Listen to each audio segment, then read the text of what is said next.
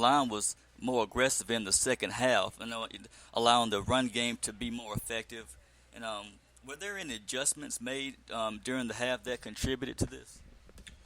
We kept our same game plan throughout the game. We knew what would work, and it was just all about execution. The first half didn't have hardly any execution, and then we came out in the second half and we executed perfectly, and we started moving the ball more.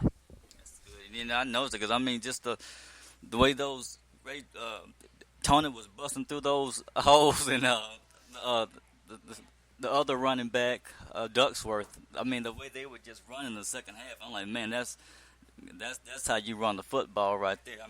They were running with authority, and the way the line was blocking is just with aggression. I really liked the way the line just really came alive in that second half. Now, I'm not sure you can answer this, but there were several offsides and encroachment penalties against the Mustangs.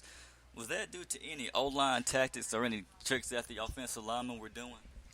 We just run a simple hard count, and it catches them on their heels, and we do a good job of sitting in there and not moving, and then they jump off sides. Okay, so just pretty much just basic football game plan, just come out with the hard count, just try to lure them offside. And hey, it worked, and that's the thing. You want to make it work, and the thing that I noticed was, when I was playing, Coach would always tell us, if you're going to jump off sides, you need to knock somebody over. Well, I noticed that never happened. So, who knows? It probably would have been the same result had, the ball been snapped anyway. But, Sam, you guys hit the road to Raleigh this Friday. So, what do you feel is the mindset or attitude of the team going into this game? Riley's really talented on both sides of the ball, but as far as us up front, us O-linemen know that we have a running back and a quarterback behind us that if we get our job done, they're going to follow us, and it all starts up front, and you can be assured that our group will be ready. Okay, that's good stuff, and guys are always ready. Now, and finally, going back to Coach Braddock's comments regarding his decision to recognize you as player of the game, one, how does that make you feel considering after the fact? You had an ACL tear. What year did you have? Did you tear your ACL? I tore my ACL in October 3rd of 2017. Wow. Now, considering that, like most players, they would want to call it quits, but you decided to stick with football. Talk about that. Football's all I've ever known. They told me it would be a 9-month recovery, and it was actually a 9-month recovery to the day. And my teammates and the coaches were also behind me. They supported me through the whole process of my recovery. And that's always good to have, support from of course, your family, your team, and the coaching staff.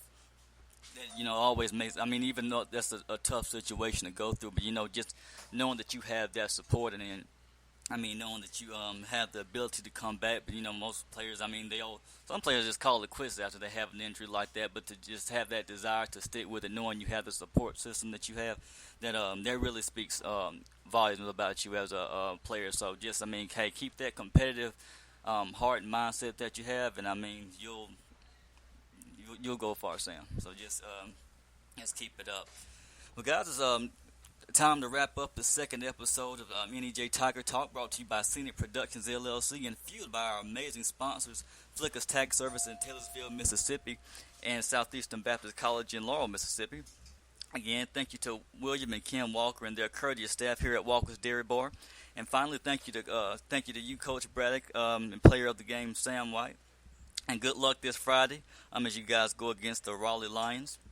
And also, please like and follow Scenic Productions LLC on Facebook at Scenic Productions LLC, and also on Instagram, Scenic_Productions LLC. And also, if you'd like to follow my personal page, that's KensleyKeys, and also on Twitter at Scenic Films Keys. Once again, I'm your host, Kinsley Keys, signing off.